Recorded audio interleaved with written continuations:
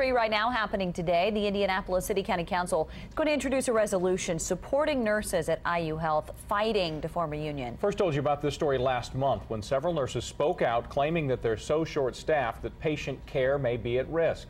24-Hour News 8's Jessica Smith has been investigating this story for weeks now and joins us to look at the different perspectives on this debate. Jessica? There are actually three sides to this debate. First, the nurses who are fighting for a union. Next, the nurses who don't want a union, but they see there are issues that need to be fixed. And finally, IU Health, who has been tight-lipped throughout this whole process, but says it does not support a union. For months, some say even years, tension has been brewing inside the halls of IU Health hospitals. It's not safe. It's not safe at all.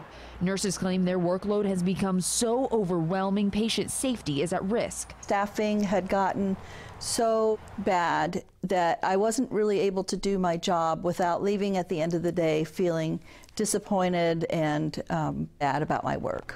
A state health department report backs the nurses, saying IU Health failed to ensure adequate numbers of personnel were available to meet the needs of patients at Methodist Hospital. While IU Health says it's working to fix the nurse-to-patient ratio, Cindy Wood, a nurse of 40 years, decided she's had enough. It was just heartbreaking for me because while the one patient had urgent needs that I had to attend to, the other patient got neglected. Wood took early retirement but continues to fight for a nurses union. RN Lacey Little took up that fight earlier this year. She says she started inviting nurses to information sessions and sharing literature to interested coworkers. But she said she was cautious about what she did while on company time. Soon after, she says she was terminated for gross misconduct. Little says she still isn't 100% sure what that misconduct was. IU Health wouldn't talk to us about Little. I believe that they fired me to slow down this union momentum. I believe that they fired me to basically silence my voice or to try to silence my voice. We do need changes. I am not naive. I have seen things change. I have worked for IU Health for almost 17 years, and I have seen the changes. Some nurses like Monica Hammerly and Bonnie Moore insist a union would only complicate matters.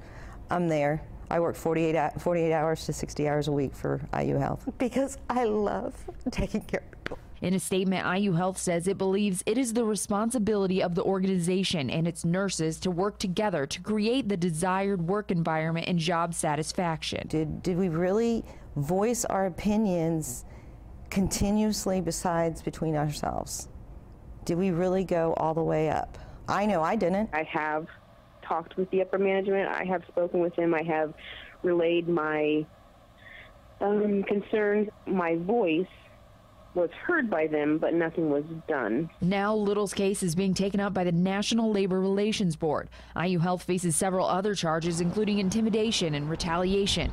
If the board finds the charges carry weight, they could go to trial. Little hopes through this process she'll get her job back at IU Health. I really feel like it can be, not only can it be what it once was, but it can be even better. Cindy Wood, the nurse who just retired, was actually in the hospital with her husband after he was in a severe motorcycle accident. She says that experience, from the patient's point of view, only reaffirmed her opinion that a union is needed. If you want to hear more about that, just go to our website, wishtv.com. Lauren? Here's a question for you. When were the decisions going to be made about this? Well, I spoke to the union that's working with the nurses. They say they need signatures from 30% of nurses at IU Health in order to bring in a union vote. They say they're on track and expect that vote to happen next month.